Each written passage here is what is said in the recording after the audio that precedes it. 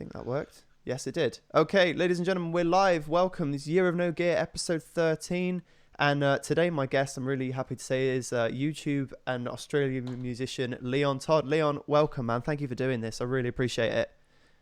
Thanks so much for having me. I'm looking forward to this. Yeah. So what we have a mutual friend in Fred Lawton, who was one of our early guests, and also I found your YouTube video on gas, which you uploaded, I think, 2 weeks ago, right? It wasn't that. It hasn't been that long I think since it's so, been out.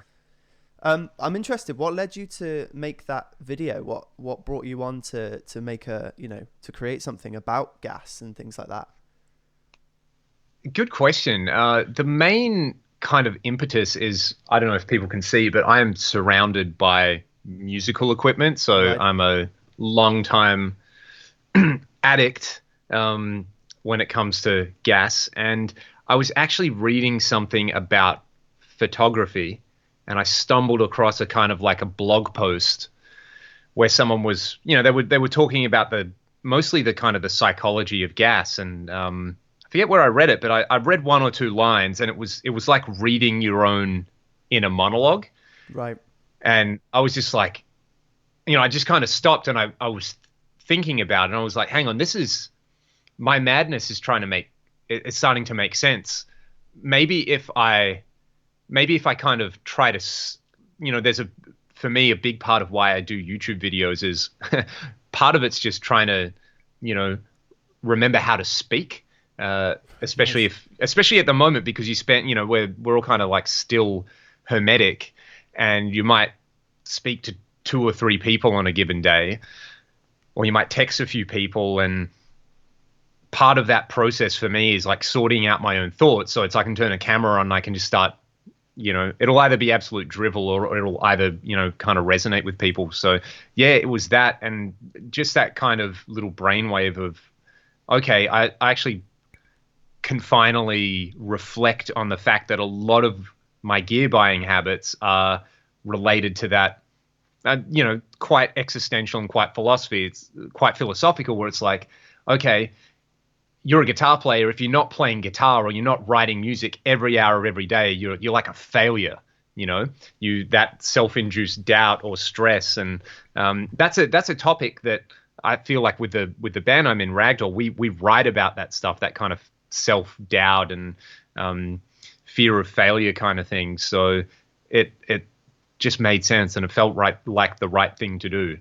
It's such a cool thing to hear you talk about as well, because the way that you're putting it across, that that you're, if you've heard any of the other episodes, I always start off by saying I did the same thing. I realized that my gear buying was directly linked to a decline in mental health, and it's so nice to hear somebody else say, especially a professional like yourself, say that thing of, yeah, sometimes when things aren't right, I do go in this space and I do buy things and I do think of it. I mean, I'm not criminalizing buying equipment at all. Like we all do it. There's nothing wrong with it. But at the same time, we can, I think, get into that space where it just becomes a never-ending search. And I think you said in your video as well, rather than putting the time into your work or spending the time, we go and we buy things instead, which I thought you put that across incredibly well. So how's your relationship with your gear acquisition syndrome at the minute? How would you describe it? Are you cool? Are you controlled? Are you having wobbles every so often?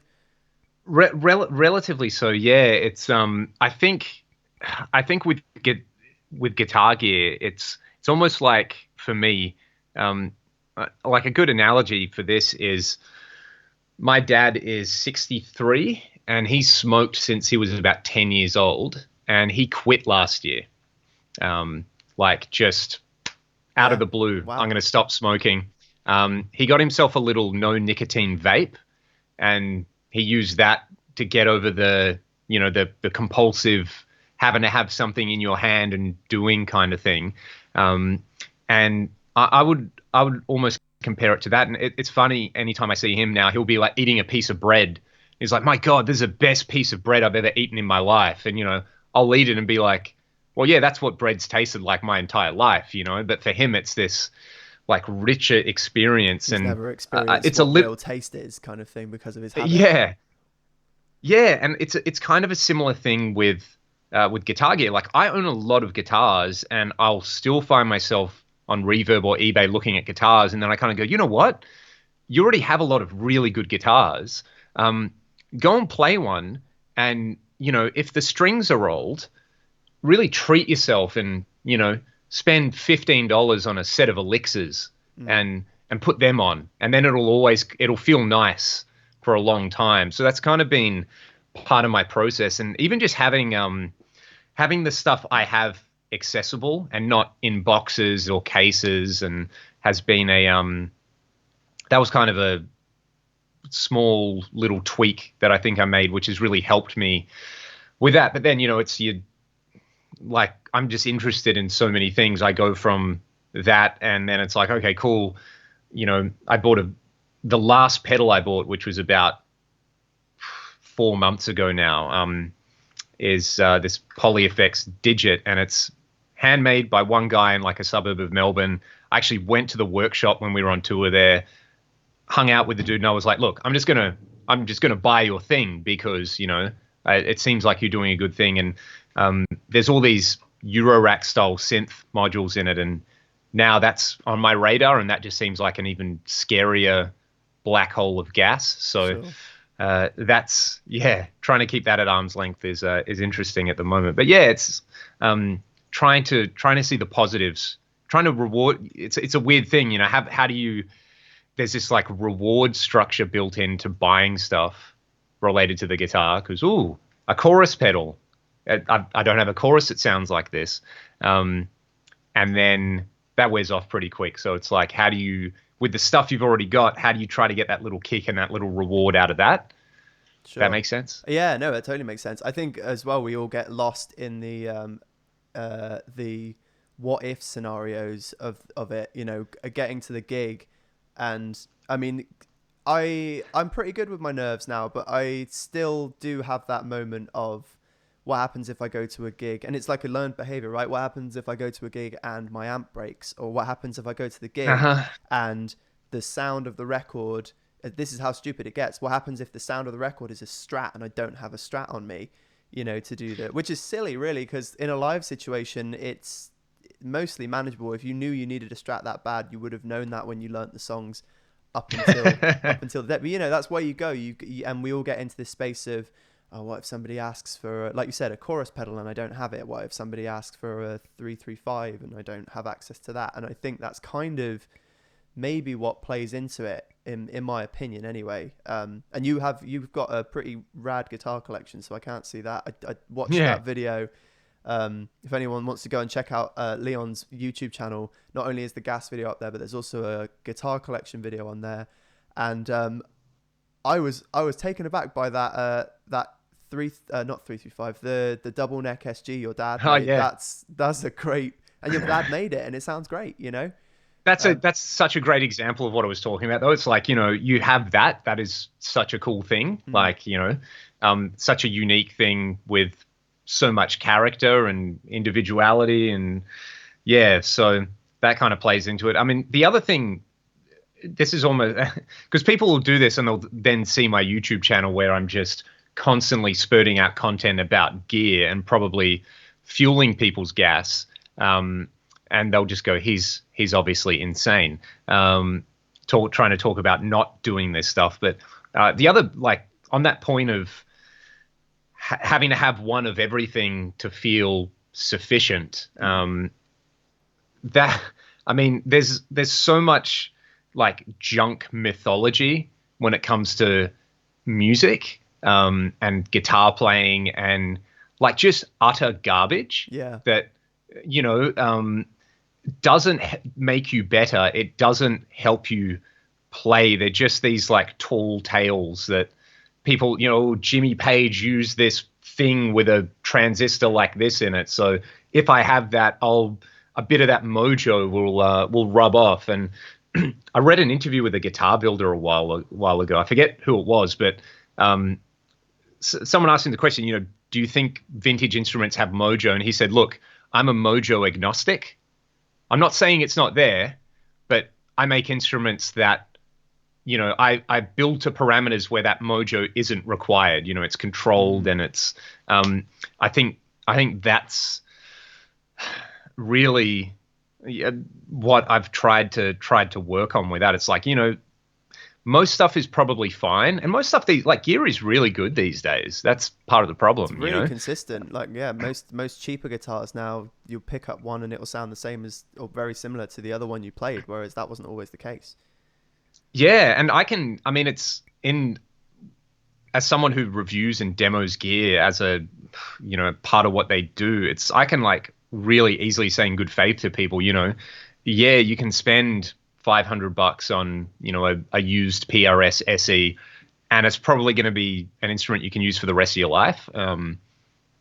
There's there's very little incentive to kind of trade up or do any of those things. Just use it, like use it until it can be used no more. So I think part of the reason vintage gear or all these classic players we love to compare to now have that allure and that mojo is it's like they were dealing with scarcity. Yeah, You it's couldn't, like the guitars weren't always great. Like a good one was pretty much probably comparable to where we were today. Maybe some of them are really, really good, but maybe some weren't great. I totally agree with you. I'm interested. Does your gas ever prevent you from practicing, or are you pretty good with your practice? Well, the other thing that I did, and probably easily the best piece of gear that I ever bought that isn't a guitar is an Axe-Fx, because it gives you that everything you might ever need in one place. But part of part of the distraction there is like, okay, if I've got everything in there, now I need to know how to use it. And that's part of how I fell into doing YouTube, was making like tutorial content for my, at the time I had a Fractal AX8, and there was they have a really active forum and they have a really good wiki, so there's a lot of information there. And then I was trying to do something and I was like, I'll just look up a YouTube video on it, and it wasn't there. And I was like, okay, cool, that YouTube video is not there. That seems like a really obvious thing. And then I read on how to do it. I figured out how to do it. And it's like, cool, I'll just make a video. I can do a screen cap on my Mac. Cool. So a lot of my early videos are like this whispering voice and then the loudest guitar sound you've ever heard. And kind of I started getting feedback. And some of the feedback was like, hey, this is really good. Like, you should put slightly more effort into it. And that's probably the one thing that, if anything, I wouldn't say it gets in the way of practicing, because it makes cool sounds and cool sounds are important. But sometimes if I'm, on a kick for something where it's fuzz pedals or, 80s style Michael Landau tri-chorus sounds, I can kind of burn a few hours and then listen back to what I started with and go like, oh, actually, I think I've just made everything worse. So, it's interesting that, I don't think it's necessarily like with the Axe-Fx as well, that's a really in-depth piece of gear. That's going to take, take time to learn. I honestly believe even like just things like a simple pedal or whatever, I think it takes time for, even if you buy like a Boss pedal, for you to learn how to integrate that into your sound and all of the things it can actually do.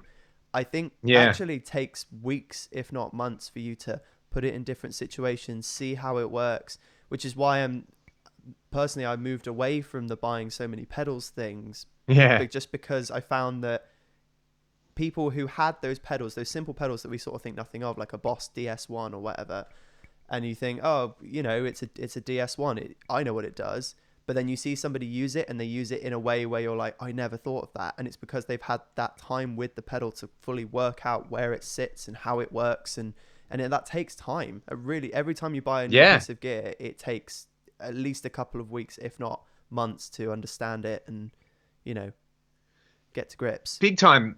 And that's kind of, I think that's kind of where where I've really tried hard to move. Is like, okay, if I've got something, how do I really pull it apart and lay all the pieces out and figure out what this thing can do? Because, I mean, for example, if you've got a Boss, like if you've got a Boss DD7 or something, or I had the Boss DD20, the Yeah. dual pedal one. I Great got that pedal. when it came out, and when I got it because I was like 17, and the tagline was it can do 23 seconds of delay. Now, the reason 23 seconds of delay is cool is not the reason I thought. I was just like, well, that's the best because it's the longest. And it had all these modes on it, and I was just like, yeah, whatever. The analog delay mode sounds good, and I'll just use it for like a lead delay. Vastly underutilized it. I didn't know what tap tempo was. I didn't know what why sometimes I turned the pedal on, it had like a dotted eighth note on the display, or like I knew what that was, but I didn't get that was like how you get a particular sound. It's like, if you have a delay and you can modulate the repeats, you also have a chorus and a flanger. Right. Because Yeah. that's basically what they are. So, you've got this like dual stomp delay pedal on your board, and it can save presets. So, provided you don't need those two things at the same time, you've got a couple of cool effects, or you've got a looper, and you've got all these kind of utility implements built in there. So, yeah, and I mean, the thing that really interests me now, the extension of that idea is like synthesis. So that's just this. like I said earlier, it's kind of like this. It seems like a black hole that you can never get out of with that. But I find learning, I kind of come in and out of that, and learning the basics of, different types of synthesis and things can kind of teach me about, how to use a Boss DS1 in a weird way. It's like if you kind of have a slightly better understanding, it's all this kind of thing of like, we accumulate gear, but we never understand it. Yeah. No, it's totally, yeah, that's the thing. It takes time. A friend of mine, funnily enough, it's funny that I should say a DS1. A friend of mine just rediscovered a DS1, and he's had 3 or 4 of them in his life, and he's just gone back to best pedal ever. Just works for what I needed to do. It's funny how that works. Have you ever found yourself in a situation where you feel you've lost control of your gas a little bit, or where you're buying extensively? Is there a time you can remember you being like that, and if so, can you remember how you got yourself out of it? So I've been teaching guitar probably since I was about 16 or 17. So I remember when I discovered eBay, and that was like, just looking back, that was just like I literally spent all the money, I was like every cent, on just guitar gear, because it was available, and the Aussie dollar was one good deterrent at the moment is the Aussie dollar is garbage. So, right. I'll see something and be like, oh, cool, that's only so many £100, and be like, oh, that's 1,000 Australian dollars. That's not going to happen. Yeah. So yeah, I remember getting eBay and just kind of going nuts. As a kid, like I want a Boss DS1, and then I'd play it in a shop and be like, it doesn't sound that good. I don't want a Boss DS1. And the next day be like, I want a Boss DS1. Whereas when you don't have that like accountability, when you can just, cool, I can bid on that. That's exciting, and that's thrilling, and it's basically gambling. Yeah. It's the same kind of rush. So, there's certainly a few guitars I bought that are here that were eBay acquisitions that were probably, looking back, a little bit reckless. I've never felt like it's been too out of control, though. Maybe I'm just surrounded by enablers, though. So I don't know. I think there is an element to being a professional that maybe gives you a little bit extra clout on top. Is how much is debatable, of course, but you do it for a job and stuff, and you teach. So, and if it's not going up your nose and you're not drinking it, then I guess there's that as well. That's the one that always people kind of talk about. So how did you curb back from that? Did you manage to level it down so that everything was a little bit more streamlined? Did you get back into different projects or anything?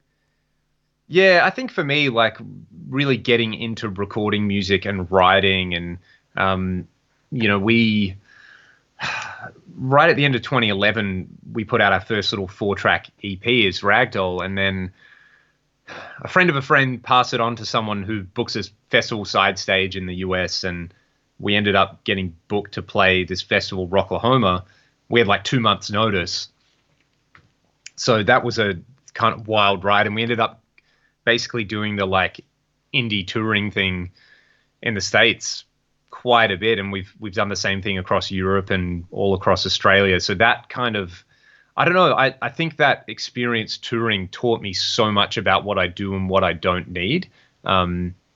Actually, probably the apex of my just gear stupidity was we we decided the first year we went to the States, rather than hire gear, the Aussie dollar was so good and gear was so cheap that we just buy rigs and then store them, which ended up being a really good choice because we ended up going back in successive years.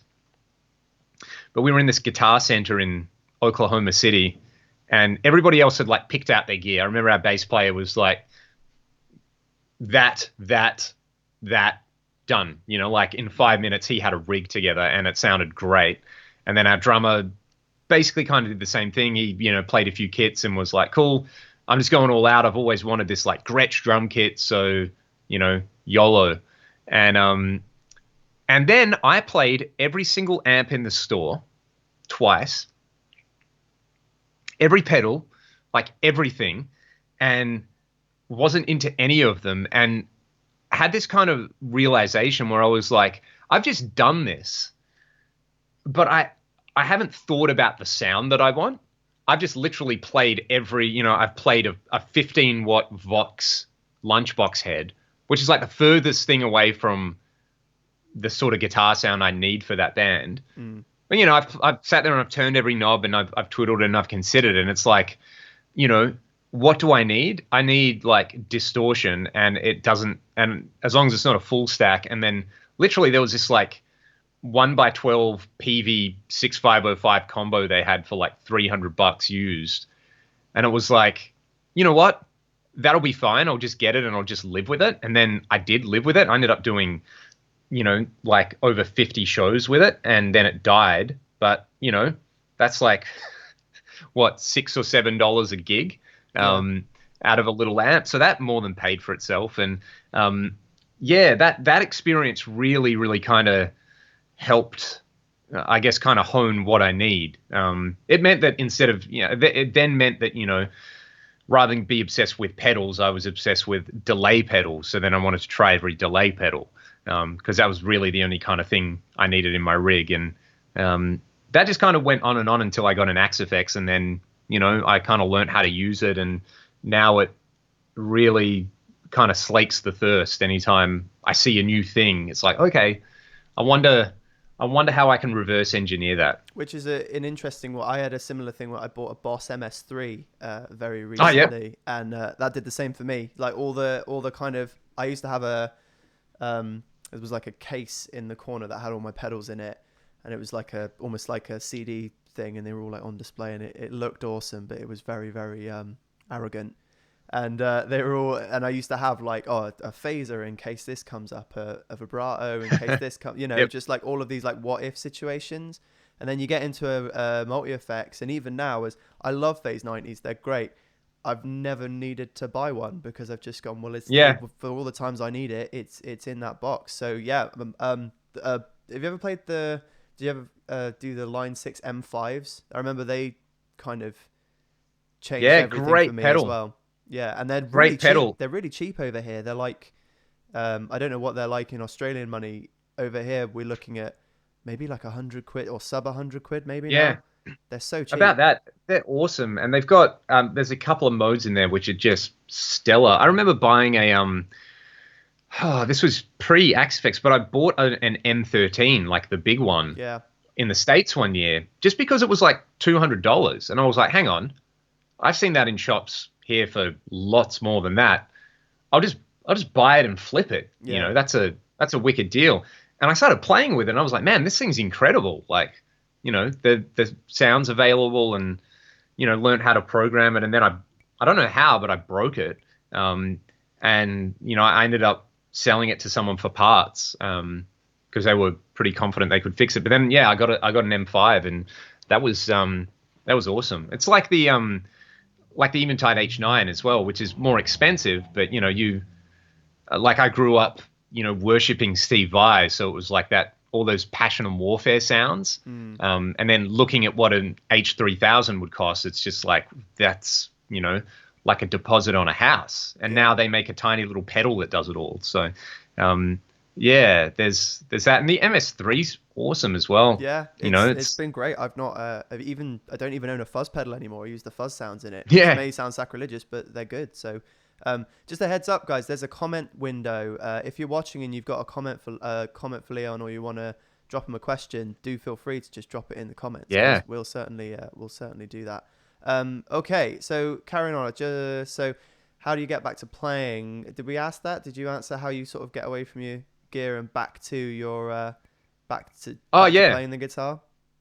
So that kind of experience of like kind of touring, and I think I just massively felt inadequate for a while. Like, we played with some bands who were just, the guitar players were amazing, and they were just like, Americans have this swagger about them that I think is easy to interpret as arrogance, but they're just confident.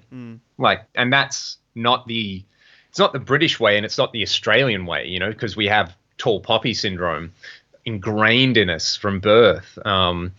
And that kind of thing of just playing like every night with these like absolute gun players, but they're playing, like, I remember doing a gig with this guy and he's playing like an Epiphone Les Paul through a crate solid state amp, and it sounded awesome. This like just junk gear, and me sitting there and just being like, oh, I would never play that. And then, they just kind of smoked it. So I actually went through a period where I just didn't practice. I just didn't play unless I was doing a gig or I was writing, but I did lots of writing. That was kind of the focus. I got like very anti-guitar. And then I don't know, that was, I guess, like all of us, we go through kind of phases, and then coming back to the guitar and kind of, I guess, just being in like a better space, like as a person. Like, around that time, there was like a lot of things that I did, which were, on the surface kind of trivial, but like, I damaged a lot of relationships I had with people, and it was in like patching those up that I think I patched up my relationship with the guitar and music and a few other things. That's really cool. Yeah. When you came back to guitar, did you find you were practicing different stuff? Your focus for what you were practicing changed when you came back to the guitar to where you were before?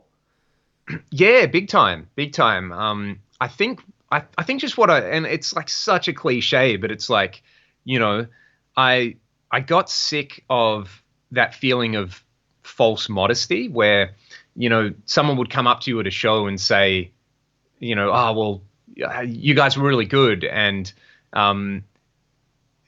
let me unpack that. That's not quite the right thing, but I realized I went through this phase where I was just used to people here seeing us at a show and talking about the guitar playing with me after the show. Sure. And then I kind of realized, well, if that's all they're talking about, then the songs must be garbage, or that we must be doing something wrong with the show.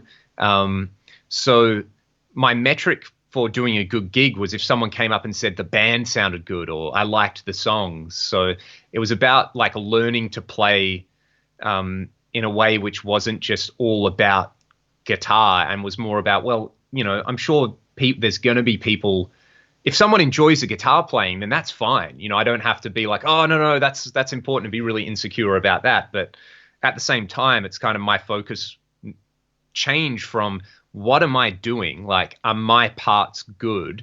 And more like, what am I doing for the big picture, performance-wise or recording-wise or sound-wise and things like that. So, yeah, I just got, I think I got over that thing of like, oh, no, I was garbage. And, just like, well, if you liked it and you thought it was good, well, my experience, like being inside my skeleton, is obviously fundamentally different to you, like observing what I'm doing. Yeah. So, and people tend to like the things that we don't even notice as well. That's the thing. Yeah, exactly. We're not even paying attention to it, but people will love what you do. No, I totally get what you're saying, with that. And the, yeah, I definitely found when I came back, because I had a very similar period to you, I sort of went to university, got my heart ripped out and shown to my face. Yep. And then came back and kind of didn't play for a few months, and then when I did finally get back to it, very similarly to you, I started looking at songwriting, and I also started looking at chords and rhythm playing, because Yeah, me too. I just found that there's correct me if I'm wrong, I never really got too far into this, but I feel like with a lot of the rock guitar areas, it becomes a bit of an arms race sometimes for who's fastest, who's got the best licks, who's got this, that, and the other. And it just seemed like a bit of an impossible, if I couldn't go into that without having that mindset, if every time I went into it, it was a competition, it wasn't fulfilling me musically. Whereas being a great rhythm player, I sing as well, so like being a great rhythm player kind of meant, cool, well, how many solos are you realistically going to have in a function band, depending on the function band?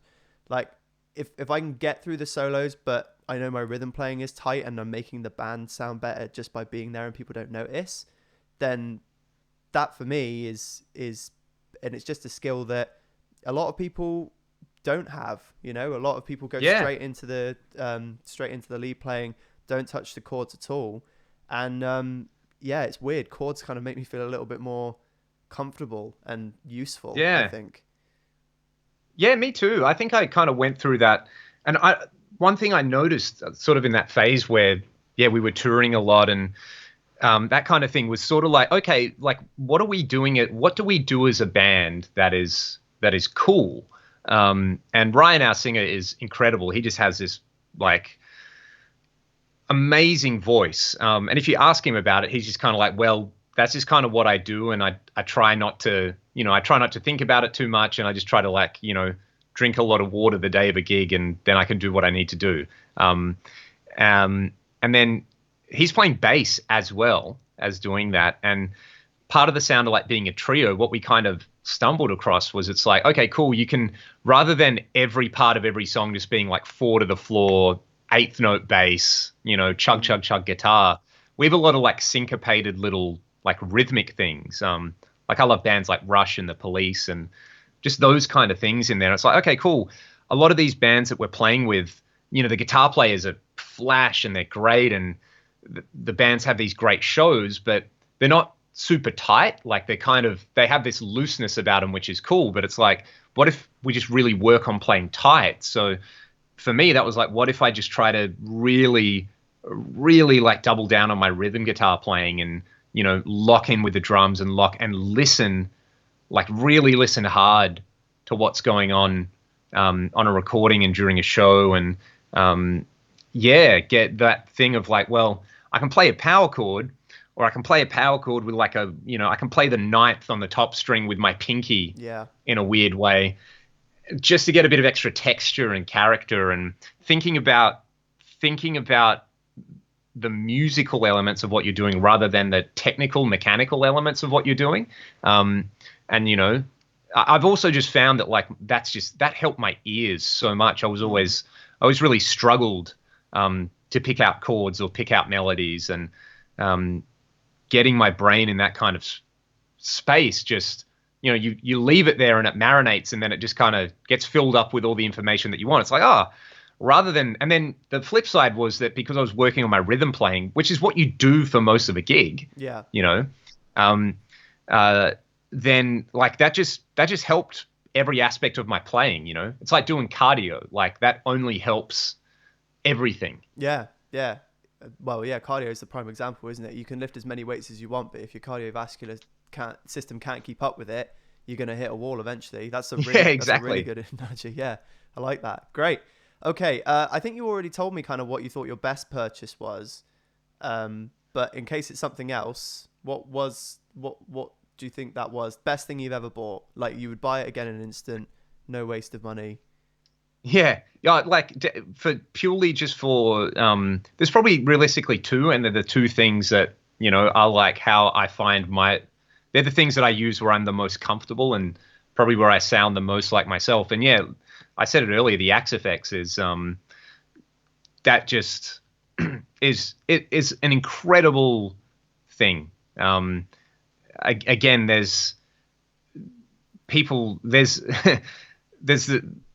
the debates about how accurate is it, how's this. To me, it's just all we're really doing with guitars is we're playing electronic music, and we have this very tactile, very expressive touch interface made of wood and strings. Sure. Like that's how I see a guitar now. So what's the extension of that? It's pedals and amps and it's signal processing. So, I could have 7 or 8 little boxes which do one thing, which I need to connect with cables, which are going to add noise. Or I can kind of have all those things that I need in one box that's really easy to transport. It sounds good and it sounds consistent.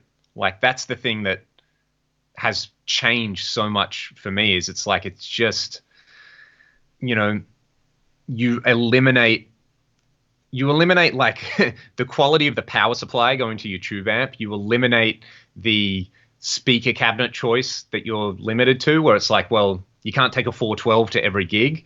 You can't take your cabinet to every gig. Sometimes you share backline. The more I thought about it, it's like, well, when I go to a venue with an amp, the sound guy sets up a microphone and he puts it somewhere he thinks is good. He's never heard my cabinet before. Yeah, he's not going to take. Sits. Yeah, he's not going to take half an hour to find the sweet spot. We're not going to sit there and totally dial in every aspect of it. Most of them just go, yep, you got your 57 on the middle of the cone, and it sounds like razor blades. And Enjoy. And the point where the amp splits up as well, because I've seen people, I've had it myself, where I've walked into a venue with a big amp, and I know at a certain volume the amp does its thing, and someone else will go look at my controls and turn my master volume down. And I'll go, why have you done that? And they go, we've mic'd it. It don't need to be that loud. It's like, no, it needs to be that loud to do the thing. Whereas with your access, yeah. And I mean, I've met. I did a clinic last year in the States. It was like a 2 or 3 day long fractal thing, and it's like it's almost like a little cult. Everybody's kind of like, you also have had the experience. You're also a true believer, but I met Cliff Chase, who makes this, and he started making them. His background is in I think sonar and signal processing for like the military, and he made the first Axe effects on like his kitchen table on his own, and he's a guitar player and he's a really good guitar player, and it kind of shows in a lot of the things. I have like a first generation Axe effects here as well, and it's still amazing. The new ones have just got like infinitely easier to use, and the trickle down effect has been, now everyone makes their version of the Axe effects, and they all sound pretty good. Yeah. It's like a Line 6 Helix I'd happily go and do a gig with. A Kemper I'd happily do a gig with. Any of these like solutions, even down to the I got a thing sent to me, this tiny little thing that retails for like $150. Sounds pretty good. You could do a gig with it, Yeah. I saw a guy. I remember one of the greatest live guitar sounds I heard. I was at a mate's wedding, and the guy was using an atomic amplifier. Have you seen those little red box thing? Yeah. And it was they're was awesome. Monstrous. It just sounded so good. I couldn't believe the tone was that good. Yeah, and I mean that's just kind of where we're at. So and I know people. I always think there is something about the tools that if you went and studied like fine art, you would study all the different materials and implements used for making different types of art. One of the coolest things that I saw not too long ago was they had a bunch of Picasso stuff out at our museum here in WA, and it's Picasso, but I didn't realize he did sculpture. Okay. And his sculpture, is just incredible. It's like I've never had like a kind of physical, emotional reaction to sculpture. And then I saw this thing, and I was like, "What is that? This is beautiful." And someone's like, "Oh yeah, that's a Picasso sculpture." And I was like, "What?" Yeah. Like I just thought he did the painting, but the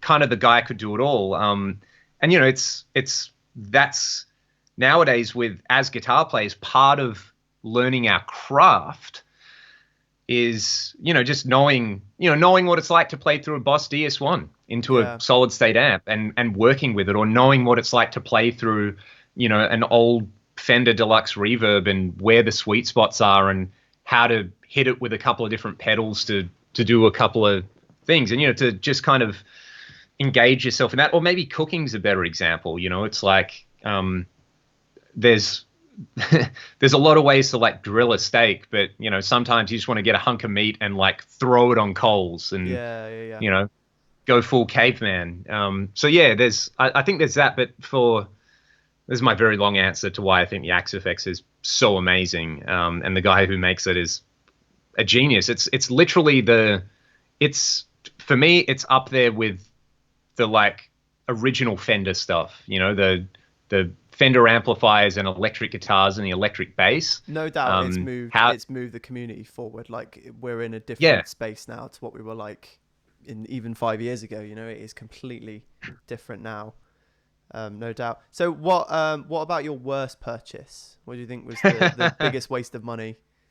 Oh, now this is a very, very good question. Very good question. I'm not a huge, for a long time, I wasn't a huge like seller of gear. Right. I don't know. It was always probably just a hoarding tendency. And now if something doesn't work for me, I get rid of it as quickly as I can. If I buy something and it's like, okay, it's like, look, am I really using this thing?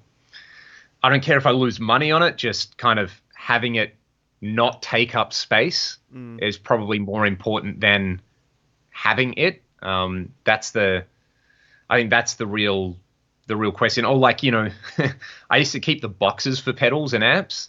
I think for amps, that's pretty brave. I always keep the boxes for pedals just in case. But yeah, I know what you're saying. It's because you never know where your brain's going to go, when you're going to get rid of it. Like, makes total sense. Yeah, but I remember someone, like a buddy of mine who's he's a physicist, and we were just sitting around like talking about that, like the box, and we were like, okay, how much volume does a box take up? And then what's the size of, we were at his house, and it's like, how much are you paying in rent a week? And what are you paying per square meter? And how much of that is devoted to storing that pedal box? And then if you keep it for a certain number of years, and it was just not worth it. It was like some silly number. But I reckon probably the worst piece of gear I ever bought was, and not because it's a bad thing. I bought I always remember this one year we were on tour in the States, and I bought, those little, the EP booster pedal. Yeah. I had one of those. Hey, it's cool. It's a great pedal. Yeah. I didn't get on with it. I found it added a lot of low end, and I just couldn't make it fit. But they are great when people work them right. It's really good for what it does. But the reason this was a bad purchase was, it was like $90 or something. I was like, yeah, whatever. I've always wanted one of these, and I think we did like 29 or 30 shows, and every single gig, this pedal was sitting in its box in a different place of the band van, and it was in the way. It was like in the glove box, and then when you'd need something, this pedal would fall out. And then it was like, it was on the top of a snare drum at the back of the car rattling for a 6-hour drive. It was just this like, why did I buy this? And then I went to take it back, and it had been too long to get a refund on it. Right. So yeah, not that it was a bad piece of gear, but that piece of gear was a strange choice. I never even plugged it in. Didn't do a gig with it. It just went on this tour with us, and then I think I probably sold it to one of my students or like gave it to someone, because it was just like it's like that episode of The Simpsons where he gets the cursed Krusty doll. Oh yeah, and he just tries to like get rid of it, and it keeps coming back to him. Yeah, everywhere I put it in the van, it would find a way to be annoying. Yeah. So, but otherwise, probably pickups. Oh really? Something that burnt a bit of money. Pickups are something. Oh yeah, pickups are a thing that I just don't bother with anymore. Like most guitars sound fine. Spent a lot of money, and the kind of the brand loyalty thing, like, going through. Now I play Seymour Duncan, so I have to change all my pickups to Seymour Duncans, so that all my guitars sound the same. But, realizing that's an insane thing to do as well. You don't want all your guitars to sound the same. That's why you have different guitars. Yeah, well, I often say to people as well, when you buy a guitar, if you there's a marked difference between buying a guitar, picking it up and going, this is about 90% of the way there. With some new pickups, it'll be better. Picking up the guitar in the store, buying it, thinking it sounds great in the store, and then going home and going, but this forum said that these kinds of pickups are better for it, so I'm going to buy that. Yeah. And it's such a rabbit hole. I've bought my way out of great tone, definitely. Yeah, me over too. The years, Me too. I've had a guitar. Sorry. No, it's okay. It's fine. I've got some guitars that still got the stock pickups in, and they're great. And then I had some that were awful without a pickup change, and then that fixed it. And I've also had some that were just bad guitars, and they just no pickup would save them.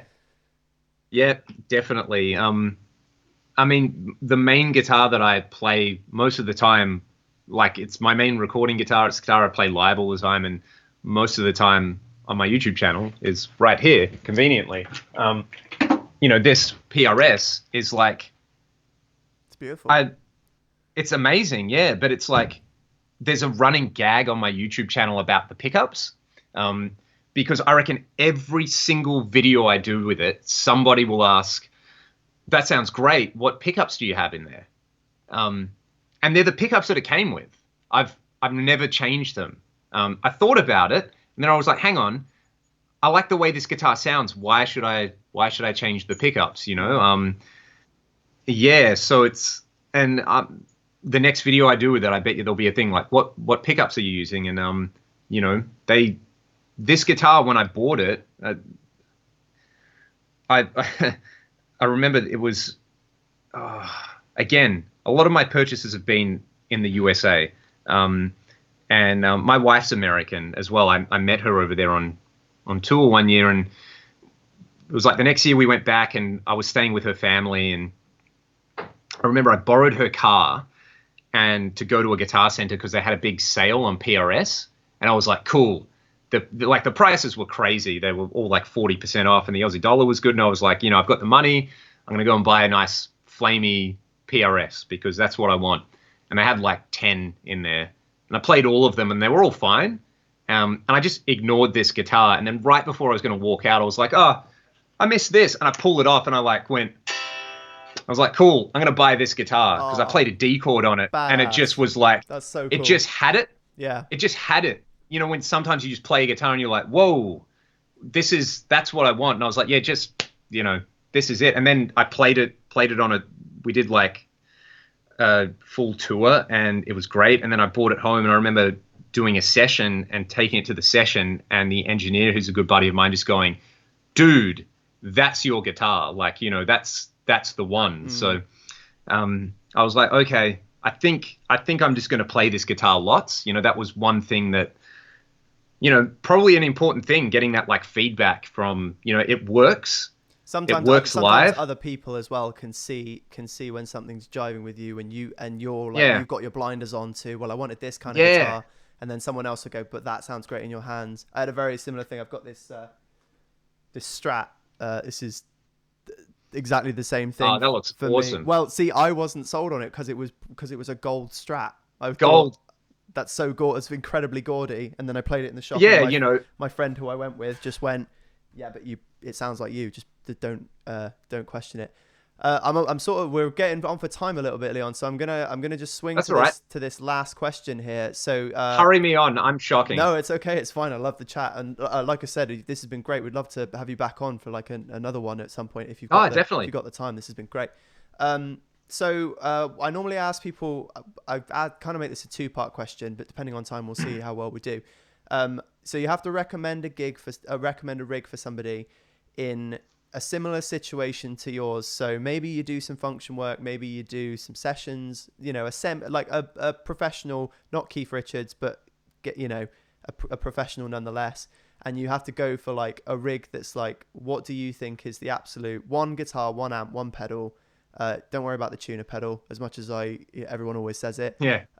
One guitar, one amp, one pedal. What do you recommend? You know what are great? These things. Oh, the headstock tuners. Everyone, yeah. You need one in your case. Maybe don't have it on your headstock when you do a gig, but just they're fine. That'll save you some space. Yeah. So okay, it's cool. Headstock tuner. Well, I'll allow you that. So one amp, Yeah. one guitar, one pedal. What do you think? All right. If I'm gonna go for like one amp that I kind of learnt to love the hard way, and a similar thing, someone saying you sound amazing through that. The good old Marshall DSL 50 Yeah, is just like people have told me about that one as like a benchmark Marshall. That's the one. Like, that's the best amp Marshall have made for 30 years. I think it's the last really good amp they've made. And you know what? The clean channel sounds fine. The gain channel sounds fine.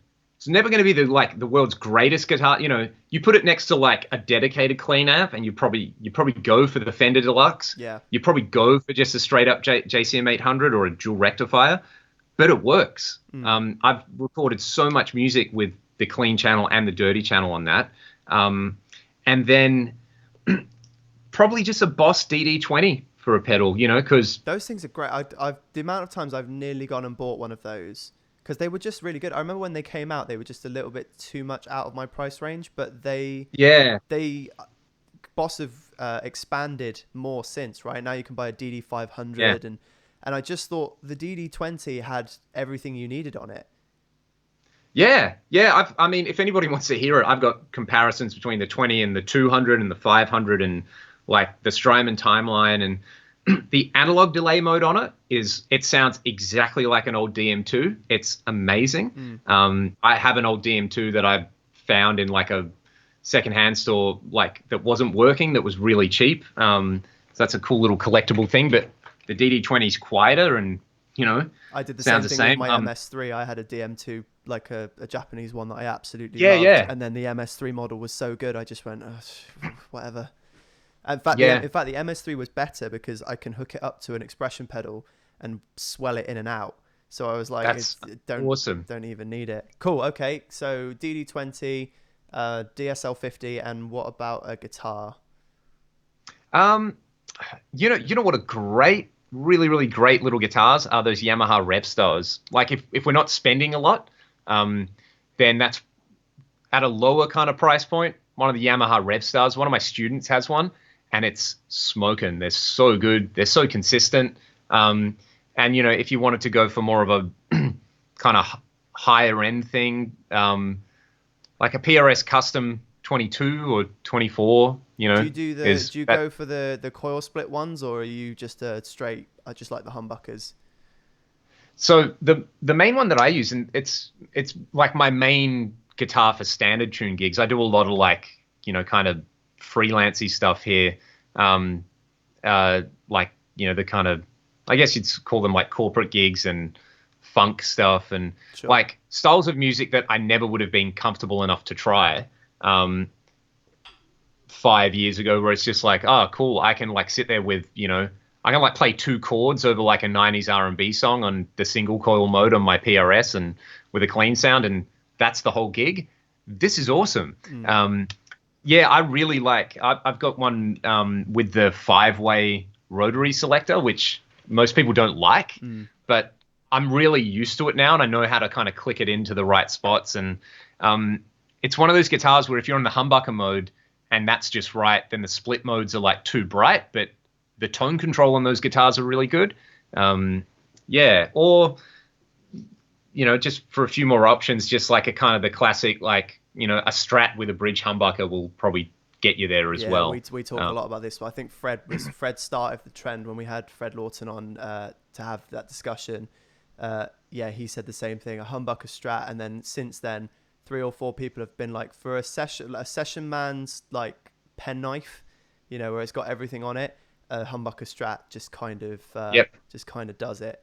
Yeah, totally. Leon, Because it's like, sorry man, go on. just real quick, it's like, because yeah, sometimes you need that grind from a bridge humbucker, like for the big rock stuff or the metal stuff. Mm. But then most of the time, anything from like a super, super clean thing to like a mid gainy thing, a Strat neck pickup is actually just the best. Yeah. And then you got the I quack find modes in between. So neck humbuckers, if they're not low output as well, sometimes they just get really woofy for me. I've never found a yeah, situation where I can't make a neck single coil work, but neck humbuckers sometimes for me, they if they're not yeah, low output enough, they can be a bit of a nightmare. Yeah. Leon, thank you so much for doing this, man. This has been Nah, man, awesome to have pleasure. you on, and yeah, hopefully we'll get you back on. People want to check you out or your YouTube or anything. Where do they go? Where do they go to find you? I'm Leon Todd with two D's on YouTube. I play in a band called Ragdoll as well. You can look us up on your platform of choice, and I'm on Instagram, Leon underscore Ragdoll. And yeah, I try to write back to people as much as possible on those platforms. So yeah, say hi if you think I'm, an insane gear person like you. Please reach out and let me know, and we can talk our way through it. Yeah, together we can get through it. Yeah, yeah, Nice. pretty much. Yeah, thank you. Yeah, and thank you for being so open and honest about your, about your health and how it plays in. I think that's something that I really want to see people doing, and I think is going to get us realistically more better guitar players. It's going to make us better, and Yeah, going to really I help think that'd us. be if we do have a follow-up chat, just talking about that. Um, you know, there's toxicity in a lot of cultures, but I think in like especially guitar, especially because it's so male dominated and macho, and Yeah, there's I'm sure there could be a very good discussion about that.